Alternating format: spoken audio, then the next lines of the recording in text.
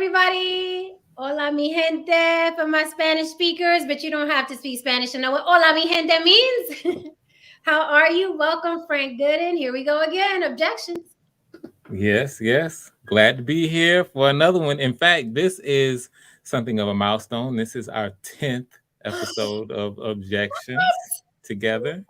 Yes, My it is. time flies. I'm like 10. I thought we were still at 3. 10? Number 10. Congratulations, Objections, Mhm, Jen and Frank. mhm. Welcome, everybody. As usual, we are very happy to see you. And don't forget, Objections. Thank you. Objections shows on this page on the block with Jen and on Frank's page, Talk with Frank Goodin. I'm going to take care of that in the beginning, and I'm going to repeat it again for my early viewers who may jump off for whatever reason.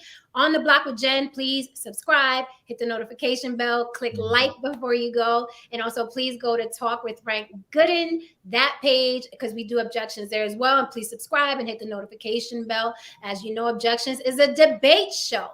It gets hot and heated, always respectfully, and we invite our audience to jump on the panel and object. Okay, we welcome you guys. That's what this show is for. We're not just talking heads and we're not just giving you information and talking at you. We want you to come in and join us, right? And object. Hey, Ellen. What's up, Vaughn? Good to see you guys here in early. Today's going to be a juicy one. It's going to be a juicy one, but it's not what you think, right? So today's subject is, can you enjoy a disgraced celebrity's art and respect their victims too? Okay, that's a deep one. That's a doozy, but it's an argument I see very, very often online. Hey, I can separate the man from the music, or I can separate that artist from what this person said he did, right? And we automatically think about R. Kelly, but this is not an R. Kelly show. We are not discussing his case. We are solely discussing and debating and objecting to, can you enjoy a disgraced celebrity's art and respect their victims too? Because it seems like a lot of people are not being able to do those things simultaneously, right? And we've seen the vitriolic debates online. They feel like if you like someone's art, then to hell with what they say he did to those people over there. We want to explore that a little bit and see if it's possible to still enjoy someone's art and have respect for their victims, their alleged victims, so what and what have you. So Frank, great seeing you as usual. Mhm. What do you think about the question so far? Thanks, Jen. And of course, always here ready for you. Let's see if we can do some verbal fisticuffs and see how we go here. And definitely shout out to the chat. So you know what? Let's when we see this question, let's like I like to do sometimes. Let's kind of pull out and see if we can define at least a little bit or part of what we're talking about. Okay. So when we say, can you enjoy a disgraced celebrity's art and respect their victims too? Most of the time, just as you mentioned, we usually immediately, especially in this day and age, think about celebrities who have committed the R word. And notice, and this is for the chat here, um, we are going to avoid, because of YouTube algorithms, we're going to avoid using the word itself for all those reasons that we all know about. So let's just, if we're going to bring that up, then you're going to hear me very, just straight to it, say the R word, and you guys will know what I'm talking about. Right. And it's grape without the G in front of it. Exactly. In case Exactly. somebody lost. Yeah. And it's funny because I don't even play with great, because you never know whether or not it's gonna think you're saying that. So Right. so I'll just say the R word. But so most of the time we think about celebrities who commit this heinous act. And there may be some others as well, but it really is caught up in the media with people like R. Kelly, and then You can think of other musicians way past who have been accused of that, such as, say, a Michael Jackson, or even here more lately, there's, I believe, a rapper, 6ix9ine something, was accused, if I'm not mistaken. Yeah. Mm-hmm. Yeah, so that's on the entertainment side. And Mm-hmm. then on the, say, the filmmaking side, you and I both can think of filmmakers and people who work in the film industry who Absolutely. have been, caught up in that, dealing with the R word of both women and men, if you want to bring up a name like Kevin Spacey, for example. Mm-hmm. So, so that's what we're talking about. And I'm glad that in a way we get to hit this kind of subject because if you remember, and this was also on your channel, we had we had a nice set of objections and a nice healthy debate about, okay, well, just how heinous, where does the R word rank in terms of overall crimes? Right. And if you remember, you made a very cogent argument that, listen, it's the same as that other heinous crime, murder. The taking of someone's life.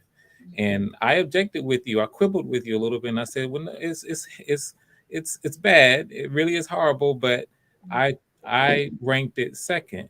Mm-hmm. And to your credit, and then we had another great panelist, a frequent caller who comes in, Patrice, who came in and challenged me, and said, "Hey," because she knows I'm a believer. She's like, "Listen, if it's in the Bible, uh, how would you see it then?" And so, later after the conversation, I had to go and do my reading, and I now feel I'm really thankful for that debate because based on the reading that I have read and studied, I think that my heavenly Father sees the R word in exactly the same way as he does, the K word, the M word, taking someone else's life. I think he sees it exactly the same way, and so I have aligned my earlier point of view to that. So just that's just as a lead up to say, listen, we're talking about something here when we bring that up that is heinous. That is absolutely, it's the worst thing that you can do to another person. Okay, right up there with taking their life.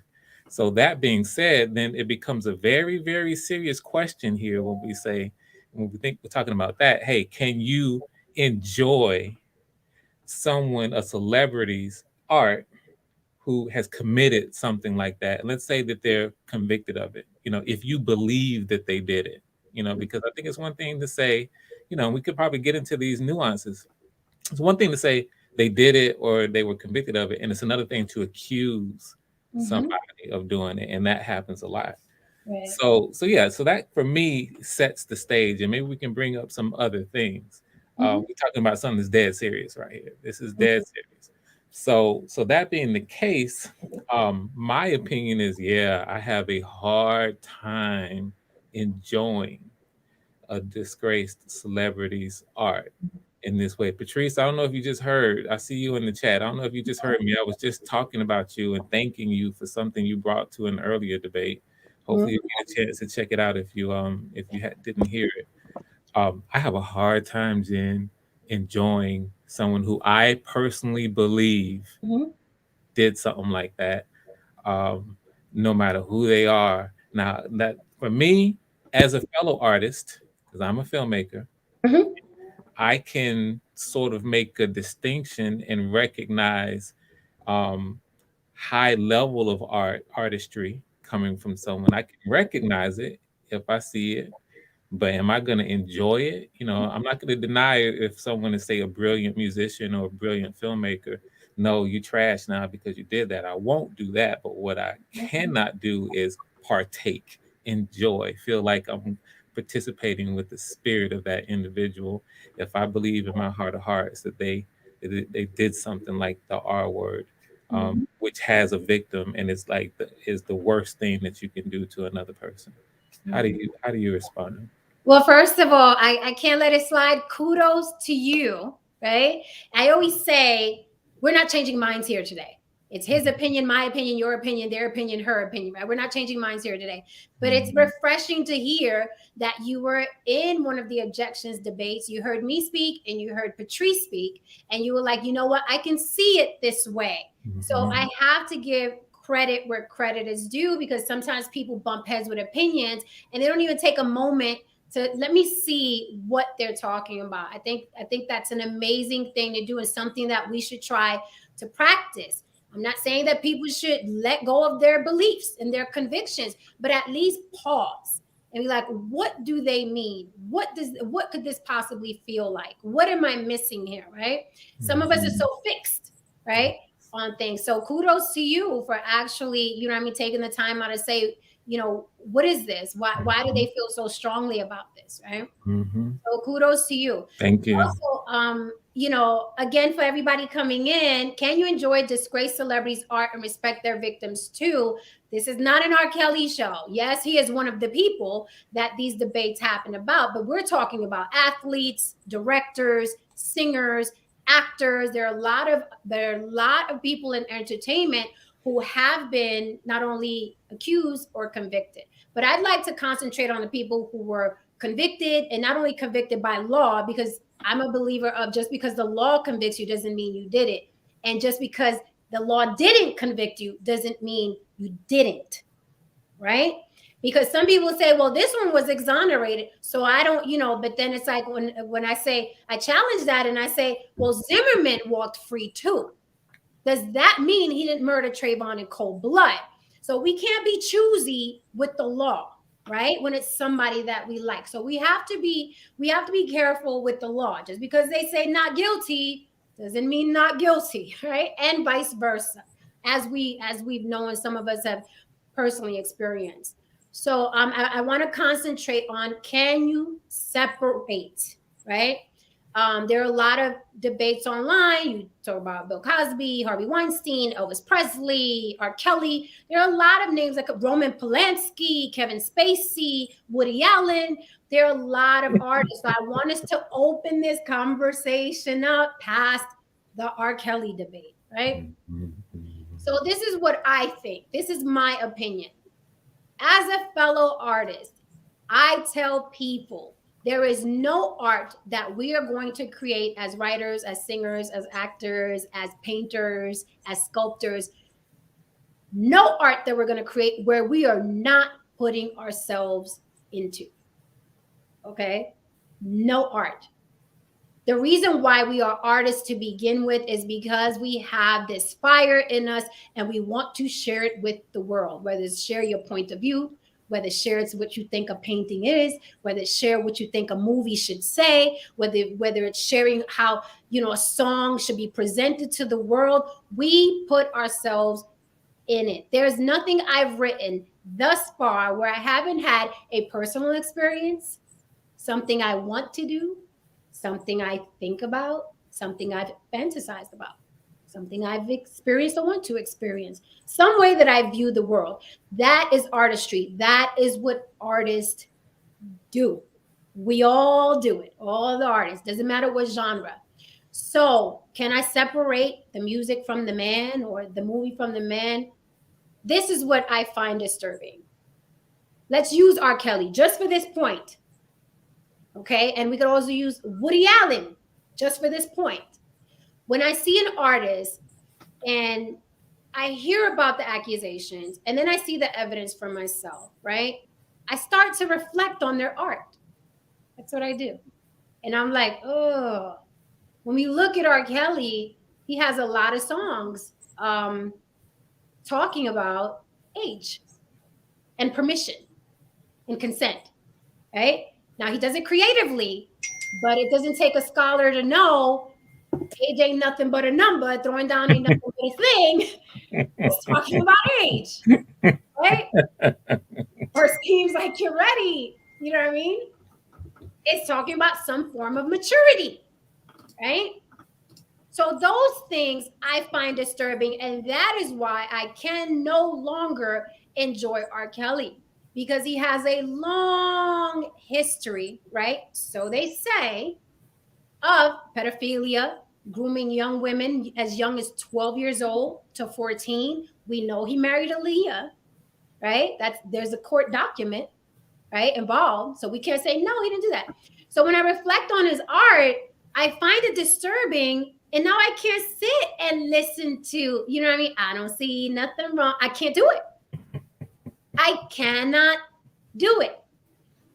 Take Woody Allen, right? Accused of molesting Mia Farrow's children. And he married one. So we got to say, where there's smoke, there was fire. He married one of her adopted children, which means he watched this child grow up and then decided some way, somehow, yeah, I'm going to make you my wife. So how long was he watching her for?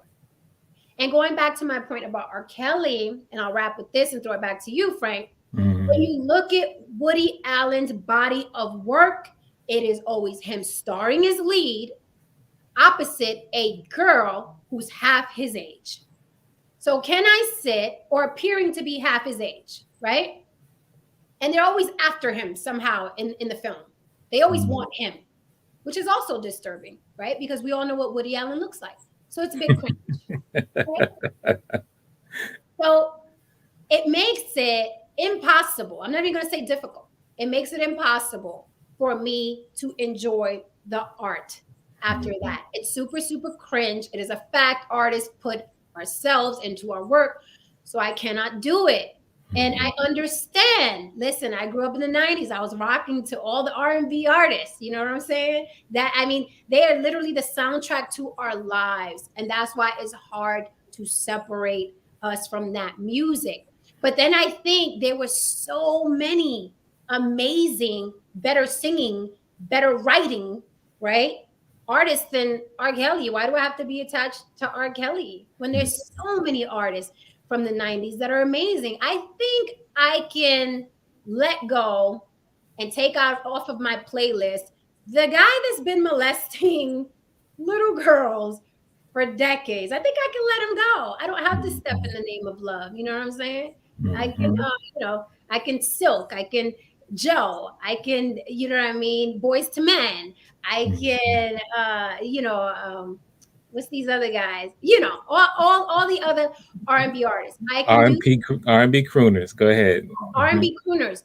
So I can let go. I can't separate those two because I know what art is. And then I'm gonna get into Elvis Presley because he's the one that's pitted against a lot of our favorite artists, right? After their disgrace. But I wanted to throw it back to you. That's my opinion about. Yeah, I got you. And I think that you and I find ourselves in agreement on that, which isn't too surprising. I know, right? We find ourselves in agreement on that. So the We question, should be though. I agree. And and interestingly, I think probably most people, we would probably find ourselves in agreement with most people in general. The question becomes, and this might be kind of an interesting one here, is does say an artist that we really are quote unquote fanatic about or fans of or who we support,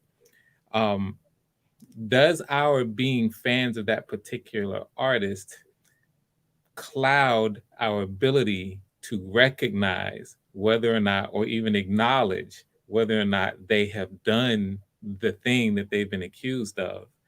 And the reason why I bring that up is because this is where we see the disconnect. I think that a lot of, say, let's say Michael Jackson fans, people have, are kind of on the fence one way or the other about whether or not those accusations were true back in the 90s. And there are some people who feel like, hey, come on, he was proven not guilty. And so there you go. But back to your earlier point, just because you're proven not guilty does not automatically mean that you didn't commit the crime. While other people say, hey, he's innocent, he didn't do it. And so I still love Michael Jackson. I still rock with him and support his music. And so you have a question that comes up about that line, take an MJ or take an R. Kelly. We're staying in the music right now, but we can do the same thing with say filmmakers or actors or directors. And you're such a fan of them. Bill Cosby comes to mind. You're such a fan of him that if it comes up, and let's say it's like irrefutable proof for most people, is Mhm. not irrefutable proof for you. Mhm. So how does that color, where's that line of I'm going to support this person because I was rocking with them and I love their music so much, and so there's no way that they could have this is a conspiracy, this is a setup. And sometimes I think that there might be a conspiracy, and then maybe sometimes there may be no conspiracy at all. Right. So I think that's part of the conversation, because I think most people say, hey, listen, if somebody did something, a murder or whatever, hey, no, um, we're done. Mhm. The question becomes how, who you talking about here? Right. Absolutely, absolutely correct. I will say, Michael Jackson is hard for me. It's really, we're talking about every decade you've been alive.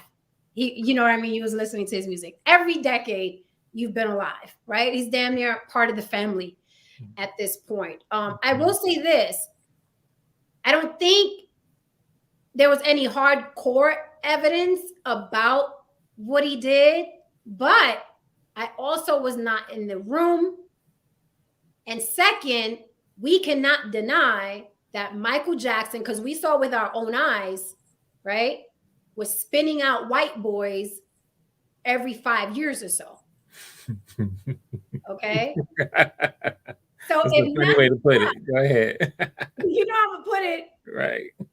my way. So Right. if nothing else, we have to look at it like, dude, you're a weirdo.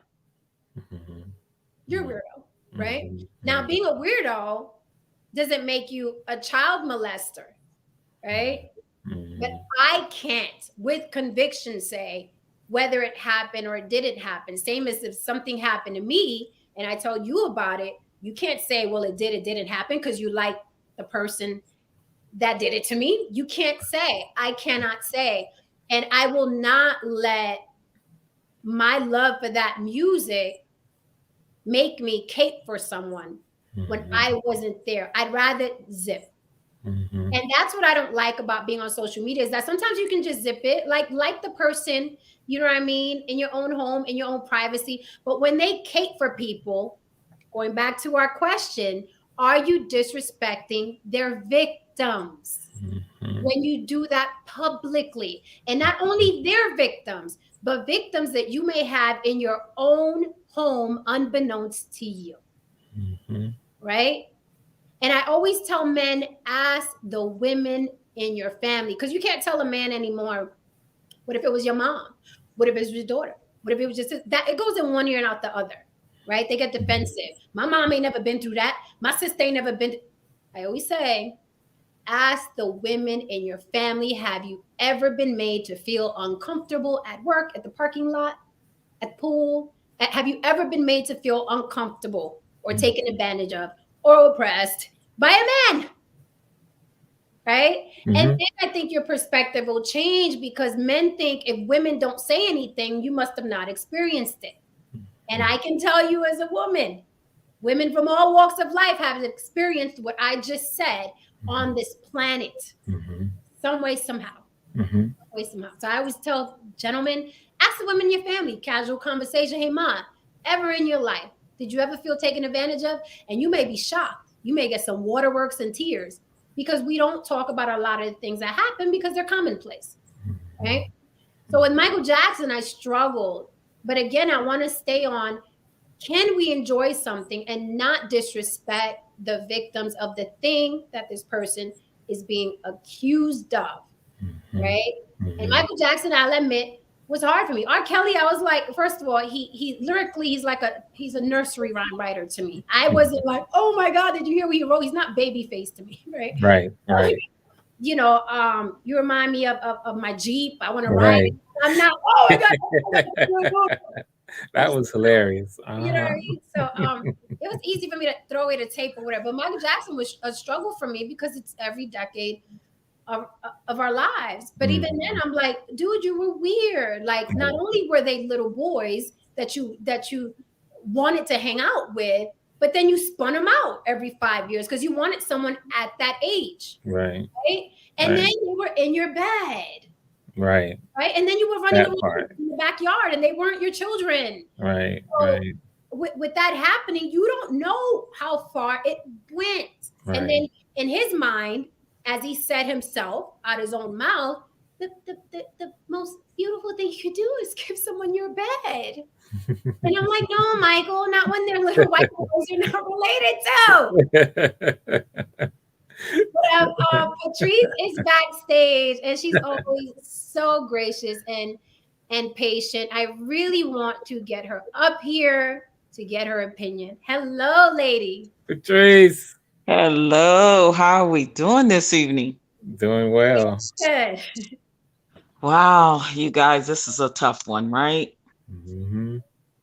This is a tough one for me being an artist and also um personally having knowing Kales and had experience with some of his people back in the day before.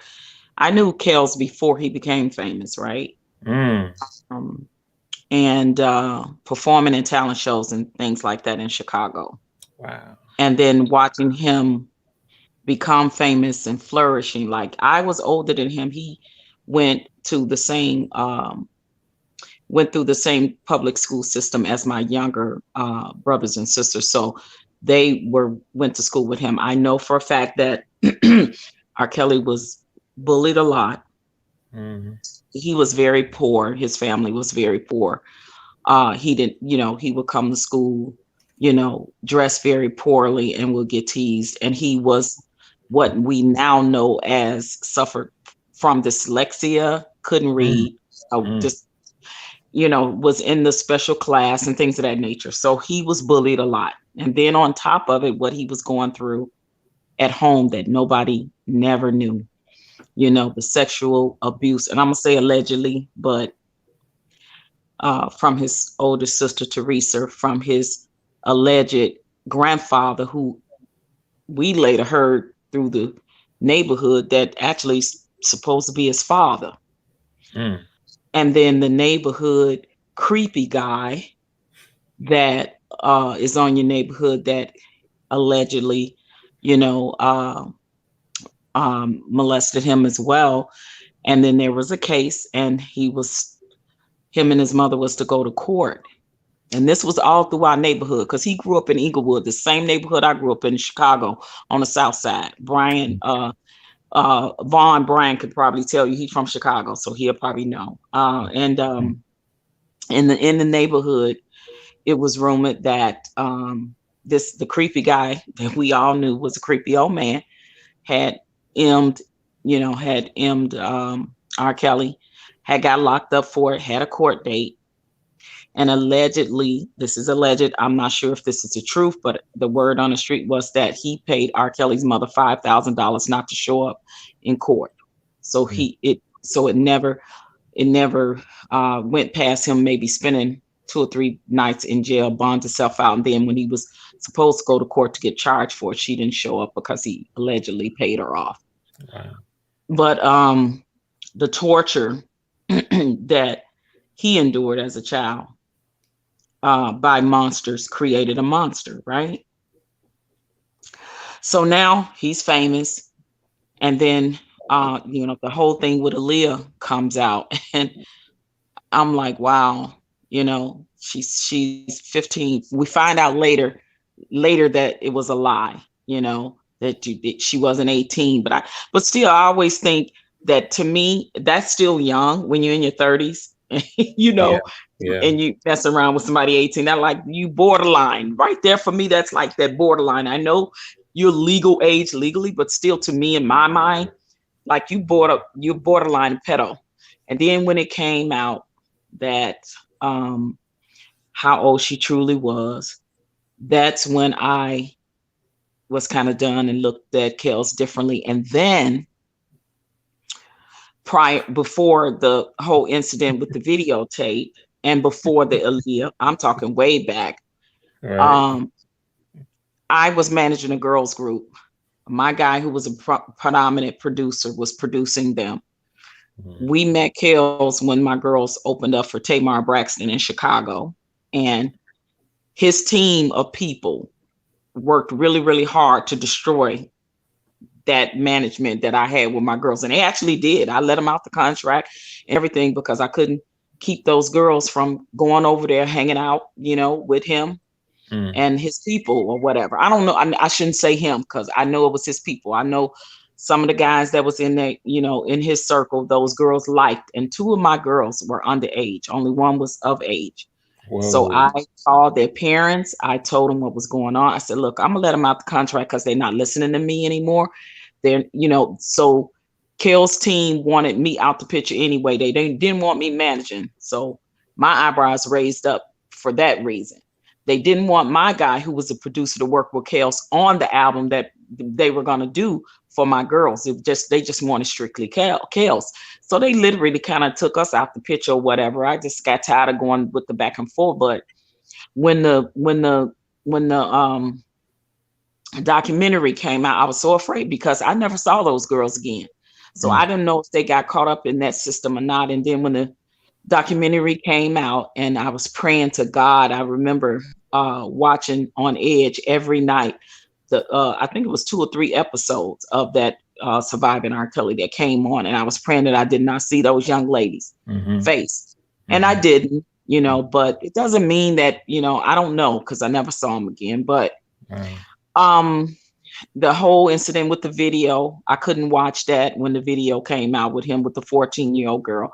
I just knew I was done. And I knew, and it made me think that everything that when we was growing up in the neighborhood that was being said probably was true, because that, a victim that becomes a victimizer, Right. that is clear cut what he is, and the behavior, the predatory behavior. Right. What has not, like, all of these girls are not lying. Like, come on. Right. So I struggle with it. Well, what do you struggle with? Because it sounds like you really feel he's clearly guilty, right? Oh, absolutely. I do. And So yeah, in my opinion. And I'm not going, and I will say this, I don't believe he's guilty in every and all things, but I do believe he's guilty in majority of those things. So what do you Just from struggle with? patterns. Well, as an artist, right? Because I enjoyed the music that he did for not just himself, but for a lot of other people. And then when this thing came out, it made it very difficult for me as an artist, right? So I made a decision because I say, look, I have no control over where I hear music everywhere else, right? Because I hear Elvis's music everywhere else. You got a Jerry Lee Lewis who married his underage first cousin. I mean, even though it's old, but it's still, back in the day, that still happened. And so many other artists, believe me, guys, that you guys don't even know, that you guys love, that these allegations are on as well. And it does make it hard. And then the whole Bill Cosby thing. And like Jen said, just because Bill got off on that technicality does not mean he is not guilty of it. So I struggle with it, but I no longer listen to his music. I gave his music away. Talking about Kale's, I gave it away to people that wanted it. When I'm in other environments and they play it, I can't control that. So if I'm there, I have to listen to it. You know what I mean? I can't tell people, shut him off. You just can't go around doing that. So Try is it, see what happens. Just do it. See what happens. Exactly. I mean, I was just at in a situation just this past weekend, and it came on. I mean, it's gonna be. It is what it is. But you have to, I feel for the victims. I was a victim myself, so I feel for the victim. I know what that feels like. So I had to be able to say, no, I can't rock with this. I can't rock with this, because you got people that worked with him after all of that, after all the adjective, the Aaliyah, after the 14-year-old girl with the video, after the Surviving R. Kelly. You got people that rocked with him after all that. Yeah. And I wonder, because it was about the bag. And I'll jump in real quick. It kind of makes me wonder too, because I think that there are people who might answer this question with a yes, and maybe specifically with the case of R. Kelly. And I wonder if we have any of those people out in the chat who may want to jump in, who may say, "Hey, yeah, okay, they did it, but I can still enjoy their music because the music is in sort of entities of its own. And hey, if I like the song, I like the song." I wonder if there are people out there who Well, think let's that bring way. up. We actually have Vaughn backstage, and I saw him talking about step in the name of love Mm-hmm. specifically. So I want to bring him up to Mm-hmm. get that answer from him. And I just wanted to add to what Patrice said. It's actually not the first time I heard R. Kelly or his camp, because we never know who it was, right? Was it R. Kelly directly or his camp trying to derail a situation in the industry? Joe recently came out, you know what I mean? The singer, he didn't recently come out, but they replayed a interview recently that he spoke about when R. Kelly was trying to block his career. That That's true. and That's then true there too. are other female R&B singers Allegedly. that he found allegedly that there are other female R&B singers that came out. Sorry, I don't remember her name right now, but she's an actress now. But she's also an R&B singer. She says she had the same, experience after R. Kelly made her do a lot of work. He kind of like kicked it to the curb and was like, you know what, I changed my mind. And another thing before I bring Vaughn in is that we're hearing these ages, right? 15 years old, Aaliyah, 14 years old. But these girls were working with him way under that age, right? And then there are girls that say he started grooming me at 12. So it's much worse than being 15 and 16 and 17. These girls were in his camp and he was working with them long before that 15. He didn't meet Aaliyah at 15, as we all know. She was a lot younger. So when did these things start, which makes these stories even more horrific, right? So we'll bring in Vaughn because I think he can answer your question. And again, please, I don't want this to be an R. Kelly show. This is in general. We got athletes, actors, directors, and I'm going to bring up Elvis in a minute as well. Vaughn the Well, Great. Vaughn, Hey, what's up? Can you hear me? yes, we can hear you fine. Oh, okay, great, great. Yeah, wow, this is a hard one for me. I mean, R. Kelly, he came out with some of the best, and you would have to be from Chicago to know what I'm talking about, but the best stepping music. And oh my God, I mean, just stepping by itself, it's just such a cultural thing, and so he would come out with these songs that I mean you could really groove to them, not so much sexual songs like the very provocative songs that he's come out with, like bump and grind and all this other stuff, but stepping music is a little bit different. It's an older crowd and all of that stuff, but yeah, it's like something that's been snatched from me. I can't continue to support it, but it's just like you just pull the rug from up under me, and it's like I have to let these things go, and it's just like wow, and I do feel some type of way about it. Don't get me wrong, I feel some type of way about it, because some of those songs I really did enjoy. I like good music. I really don't care for music that it's just very lewd and rude and all that. I'm not into that. But good music with good lyrics, I love that. Good meaning, a good concept, I love that. But no, I can't. It would be hard for me to continue to support someone who is guilty of some of the things that he has committed or that allegedly committed, or however you want to say it. Yeah, it would be hard for me to separate, because now when I listen to it, I don't, it's like my mind goes to that now. It's like, oh, how am I going to bump and grind to this, or, pat my foot to this, and then some of the real explicit songs, when you think of them, a lot of them were dance songs, but at the same time, now when you think of them, you're like, okay, well, what did he mean by that? Right. What was he really saying? So, but yeah, I mean, it was a big blow to the stepper world. I'll say that. And let me jump in on that point, because we have kind of brought up the low hanging fruit of sort of the obvious song choices where we know that, come on, there was more going on than might be at first glance. But what about the songs that are inspirational? Period. I Believe I Can Fly. He sung it, but that song is an inspirational song no matter what. And it's like, hey, I can't like I Believe I Can Fly anymore because he sung it. That's like an I just, actual. I Yeah. this is my answer. Yeah. I think that we've lived long lives on this planet, and there are a bajillion inspirational songs out. I just can't do it. I can't bring myself to. And don't get me wrong, when that song came out, I was like, oh my God, I can do anything, right? Mhm. But it wasn't Well, the first song that made me feel like that, nor was it the last song that made me feel like that. And again, I just think that we pick and choose. If I told any human being, listen, that thing you're doing when you add that to your food is going to kill you eventually. What do you do? And a doctor tells you, hey, you got to cut that out. You're like, you know what? I've been doing this my whole life. I really like it. I like the taste, but you would stop.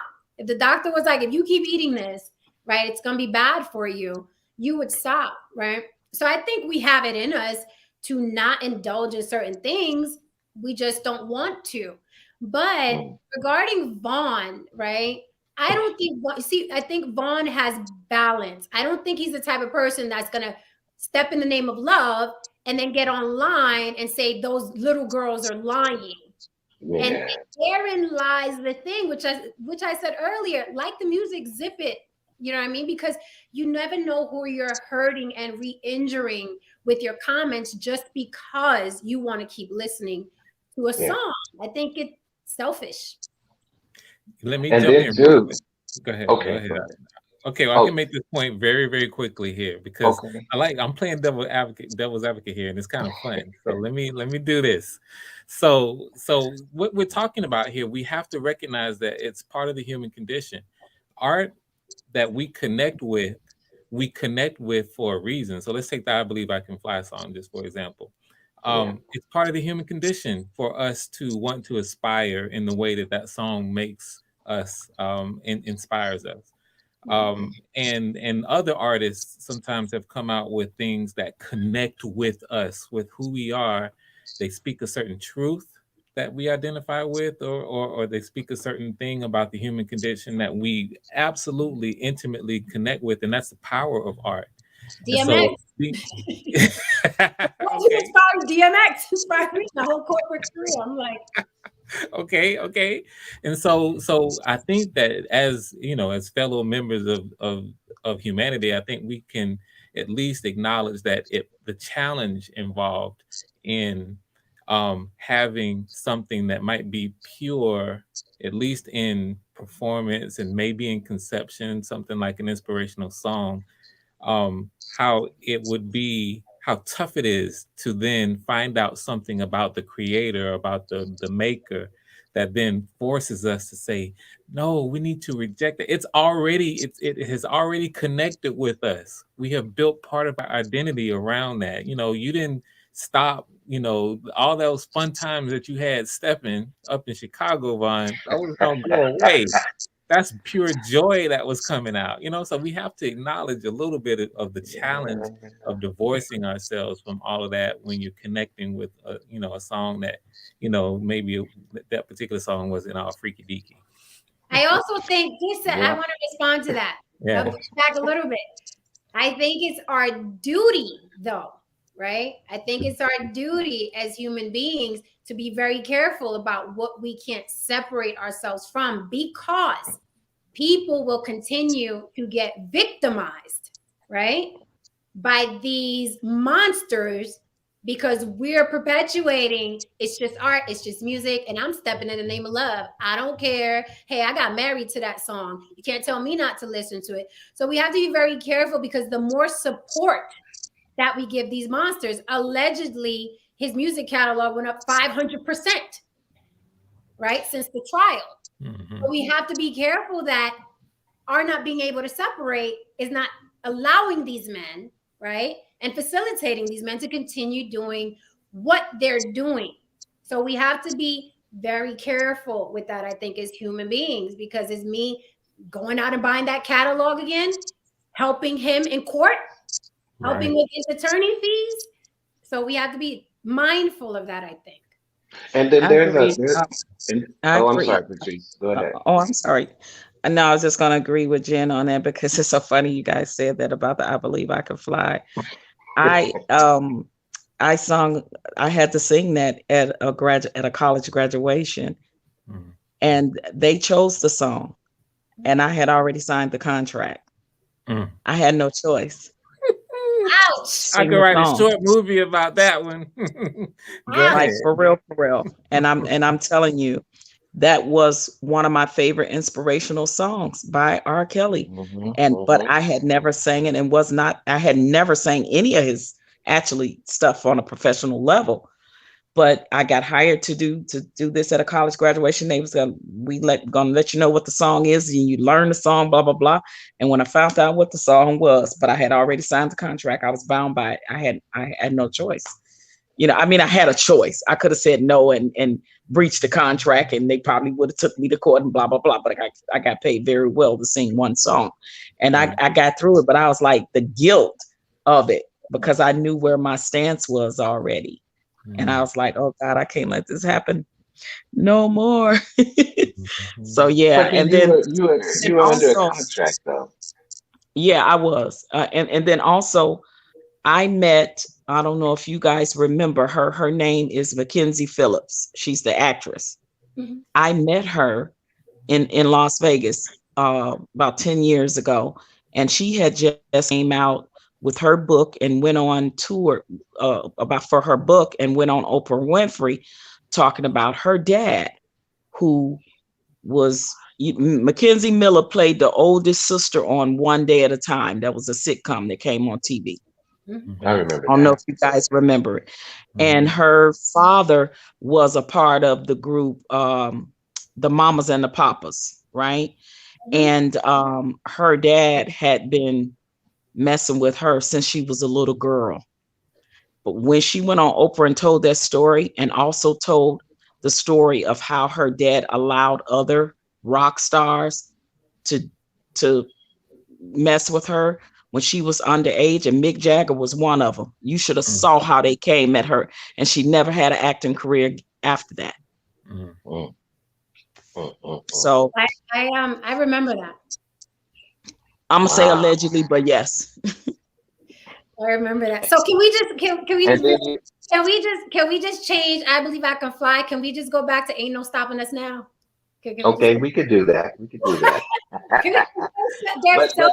let me just say this one quick point. Go ahead. And not just with the R. Kelly. I know there's a lot of different things going on, and even in the gospel world, you have a lot of corrupt people who are standing up preaching and singing and doing different things, and we're still supporting their music.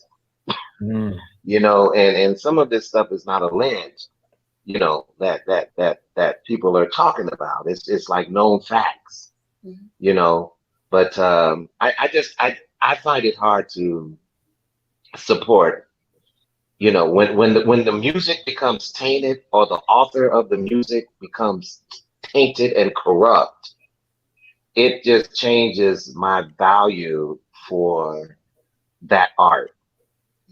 It does something to the art, to me, and so that's just my point on that. Okay. I think when you have to start comparing like this R person to that R person, or this M person to that M person, or this monster to that monster, Houston, we have a problem. Right? Where people are like, well, what about such and such? You're talking about the artist I like, but what about such and such? Once those comparisons start, we have a problem. And again, I just tell people all the time, because I have friends who are like, oh, well, I still like this artist and I still like that artist. And I'm like, there are a million artists in that same genre. Like, so, well, I'm not going to say that I don't like the music, and I can't change that part. You know what I'm saying? I can't change the fact that I love that song, Step in the Name of Love, or I Believe I Can Fly. I can't really change that in my mind. But then I'm kind of torn because I feel like, well, wow, based on the circumstances, I do have to separate myself from it, Mhm. you know. It's a good, But then, thing that it's a good thing that you at least even feel that, because some people are fixed. They're Right. like, no, yeah, nothing's gonna take me away from that. Now let's move away from like things that were part of our lives, right? yeah, Like Victor Salva. Have you guys ever heard of the movie Jeepers Creepers? Yeah. Yeah. yes, Okay. Fun movie, right? Who doesn't like a crazy good movie. horror film? Now, Victor Salva was convicted of molesting an actor that he worked with early on in his career. And this is not allegedly, like Victor Salva actually made videos and movies molesting this child. So there was Mm. evidence, right? Fast forward, we watched Jeepers Creepers and enjoyed it. Some of us may have enjoyed it. Some of us are like, oh, whatever. But I thought it was cool. Mhm. And then when I found that out, again, I reflect on the art. So I go back to Jeepers Creepers and I'm like, there are a lot of like topless men, teenagers, right? Mhm. And he's doing weird things with the monster. Like the monster is like sticking stuff in his eye back and forth and things like that. So now I'm like, so again, I say artists put themselves into their art. I cannot do Jeepers Creepers any longer. But with the magic of Hollywood, there's another Jeepers Creepers coming out. And what they did was, oh, we just bought the idea from him. So Victor Salva is not going to have anything to do with this film. Don't worry about it. And I'm like, slick, but no cigar, right? So something like Jeepers Creepers, could you watch another installment of Jeepers Creepers? I saw both installments, and I like them both, but I'm kind of over it now. I don't think I can. When you go into the third, and the fifth, and the sixth, or something, I'm pretty much done. I'm pretty much done. I'm good for like one or two or three, but 4, 5, and 6, and all of that, I can't do it. I Let's um I share this I class. had no idea. I'm sorry.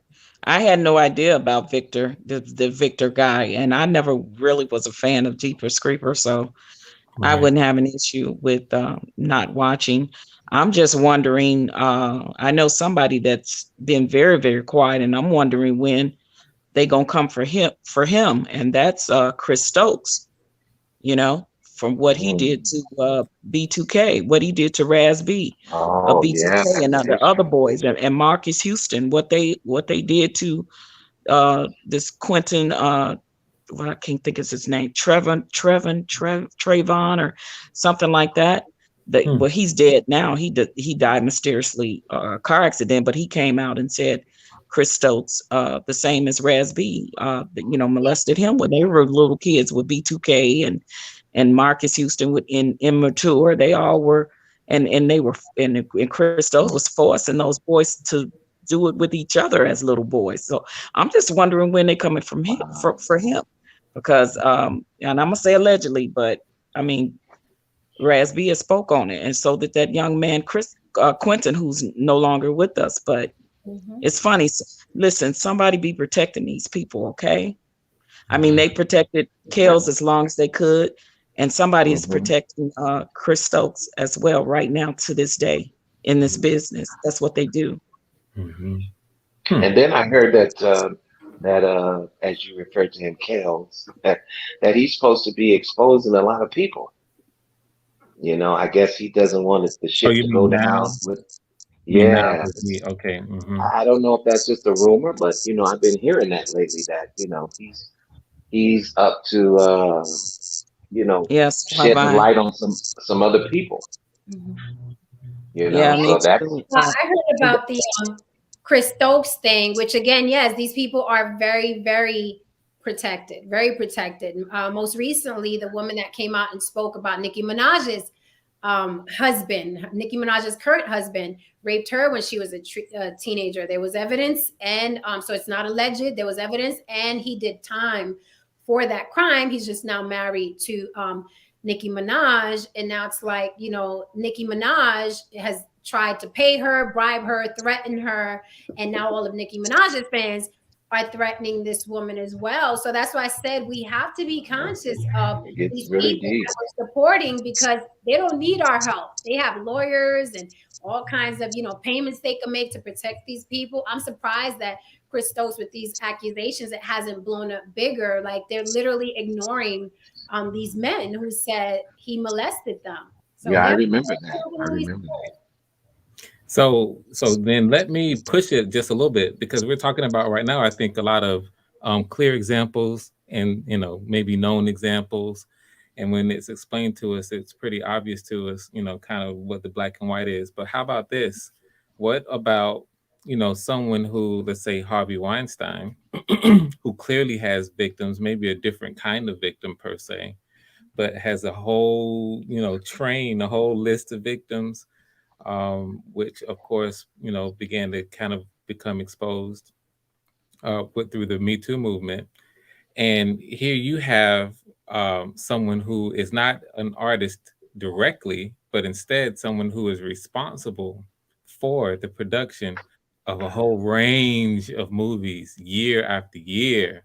So Wow. how much of a responsibility is it on us to say, hey, this dude is responsible for a whole body of work. He employed, you know, all these people. Now we have these movies out, many of them who we've seen and enjoyed, and many we haven't. Do we need to go and look up all of his work and say, you know what? He's responsible for that. Let's cancel. Let's cancel all these movies. He had something to do. He was the actual producer, you know, the producer, the owner of the Weinstein Company. The How, reason Wow. why go ahead. Weinstein, the reason why I can separate him very easily from those films is because he didn't write them and he wasn't acting in them, right? He was producer. So it's different than me listening to a man who's saying scenes like you read it. It's different. Right? It's like when I hear it, it's cringe. Going back to what Patrice said, I have heard people in clubs like boo when they play R. Kelly music. So some people do speak out in public about it, but it's like, so it's a difference. Harvey Weinstein, and also I'm not gonna lie, whatever, nail me to the cross. I feel differently with people that victimize us, right? Because we already disenfranchised communities, right? Versus someone who has so much privilege, right? Where these white actresses can get up at the Oscars 10 at a time, you know what I mean? And say, hey, this happened to me. And then Weinstein gets thrown in a cell, right? And then we have somebody like, you know, R. Kelly or Chris Stokes, and it's like decades pass and decades pass and more victims and more victims and more victims, you know what I mean? So there's a huge difference. That's why I can separate Weinstein from these movies that he produced, right? He was the guy behind the scenes. Now, had he written these films, I'd feel differently. Gotcha. Just wanted to throw that little wrinkle in. This is a nuanced subject. Yeah, and you got to look at too. I mean, oh God, this rabbit hole goes so deep, you guys. I mean, we can go as far back as to Liza Minnelli, okay? What producers took advantage of her and Elizabeth Taylor when they were child stars. Natalie Woods. It's so, listen, this rabbit hole goes back so deep. The children of Disney that came up, like Christina Aguilera, Britney Spears, that came up through Disney, all the way up to current to your Orlando. What's his name? Orlando Brown. What's his name? Orlando, the one that just got clean, the young man that was in That's So Raven. And we wonder why these child stars have so many issues. Listen, Corey Feldman told people years ago about the Grisham producer guy. He's a producer, John Grisham, something Grisham, big time producer in Hollywood. He came out years ago. He did to tell Corey Haim's story and what was done to Corey Haim's. You know, they had the two Corys, Corey Haim and Corey Feldman, starred in The Gremlins.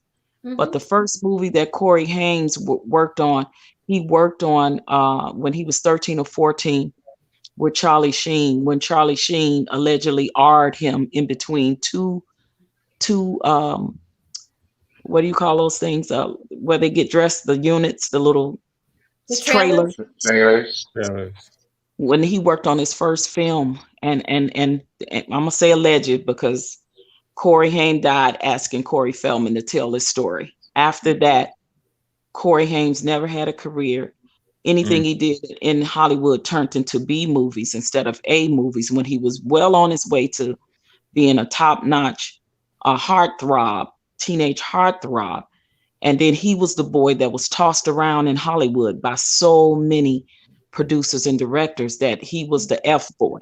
Right. That's what he was labeled. Yeah. He Yeah. he battled with alcohol and drug addiction That's terrible. and everything, and people think he died of drug overdose, but he actually died of pneumonia. He did not have no drugs in his system, no alcohol. He was trying to get his life together and get clean. And having I watched a documentary that Corey Feldman did because Corey Hames asked him if when he died, please tell my story, because Corey Hames never had enough nerves to tell the story himself about what Charlie Sheen allegedly did to him when he was 13, 14 years old on the first film Mm-hmm. he worked on. Wow. So listen, this rabbit hole go deep with the pedophilia. Absolutely.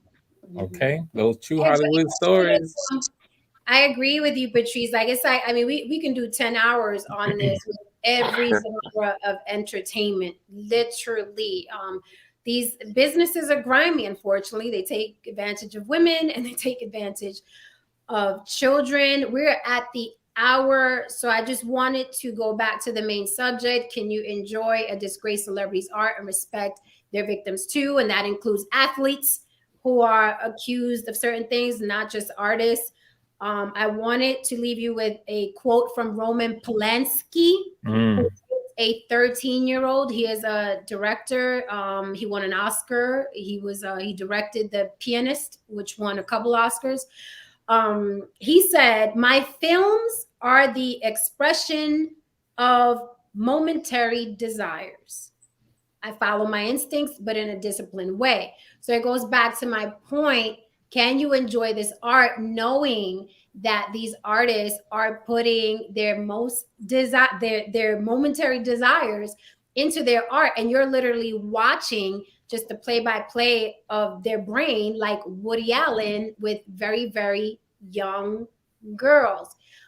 This is why I don't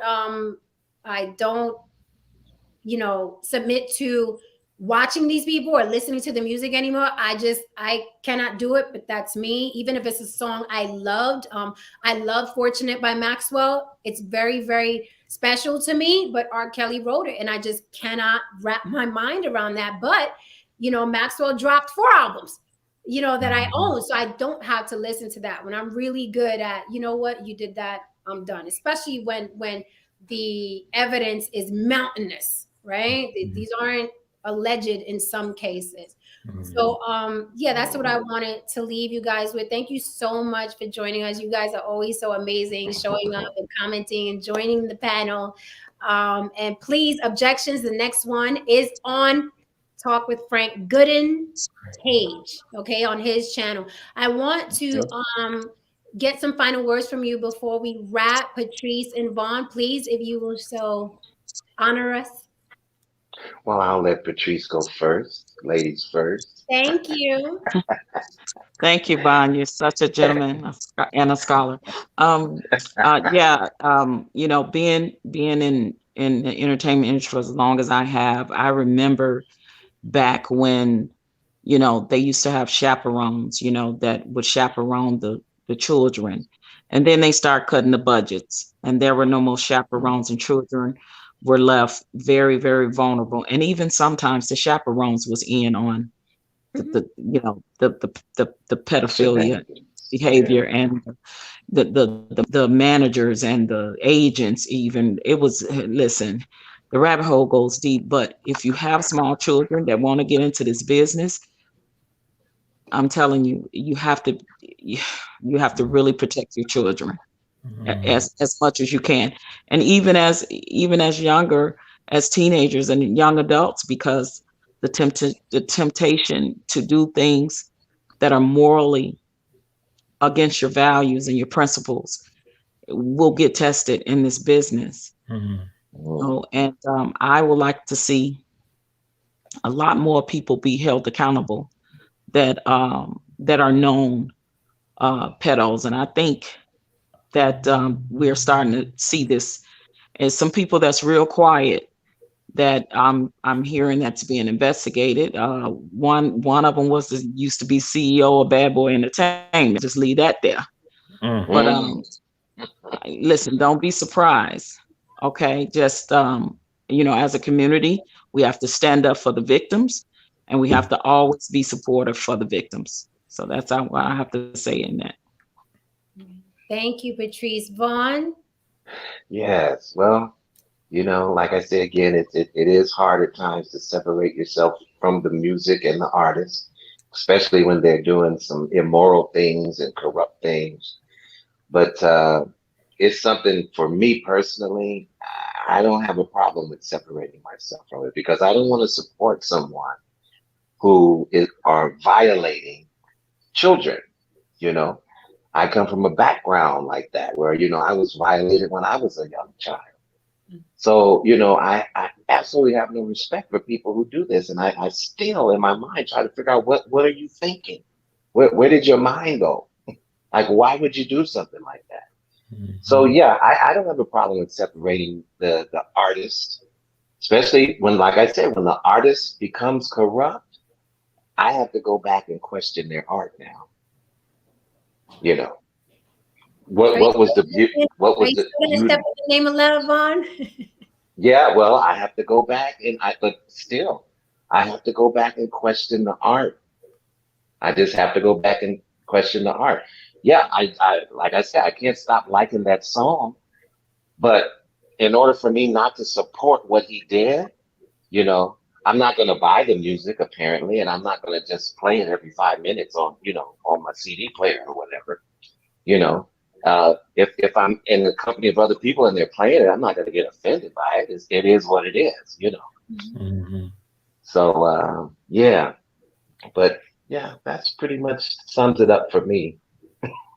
Right. Thank you so much, Vaughn. And these artists did us dirty because we get attached to this art. They did us Mhm. dirty. Frank, any final words before we say goodnight? Only to say that I think that we definitely are in agreement. I agree. It's these um, we can't enjoy these kinds of artists' work when they do those kinds of things. And I think the point you made is a good one earlier that we should definitely all try to aspire to hold each other or hold these artists accountable when it's time for us to do so. Even if you do like the song and I hear say Vaughn doing that, and acknowledging the struggle, but still understanding that, hey, that's kind of an obligation. We can't support that even if we do, like a song, and the song itself might even be innocent or, even further inspirational. You have an obligation. And so I think that we should encounter to uphold high standards when it comes to our conduct, and our support when you come up on an artist who does something like that, who basically is a disgraced artist because of something they did. So to me, that would be my final point. It's we should be, doing reacting in these ways that we all find ourselves reacting. Okay, thank you, Frank. Hey guys, some of you just popped on, but we are on our way out. Unfortunately, please click like or dislike. It's all the same to me. And stay tuned for the next episode of Objections on Frank's page. Talk with Frank Goodin. So grateful that you are here. And I would say, regarding the question of this show, at the very least, if you can't let go of the art, the music, the athlete, at the very least, please don't re-traumatize people that may be listening to you. Just enjoy it in silence. You know what it is, right? We don't have to hear about it. You may be re-traumatizing people that you don't even know in your own home. So be very mindful of that. Thank you again, everybody. Click like, subscribe, notification bell. Thumbs Good night. up. All right. All right. See y'all. Thanks, guys. All right. Thank Bye-bye. you guys. Yeah. Thank All you. right. Bye. Good to see you.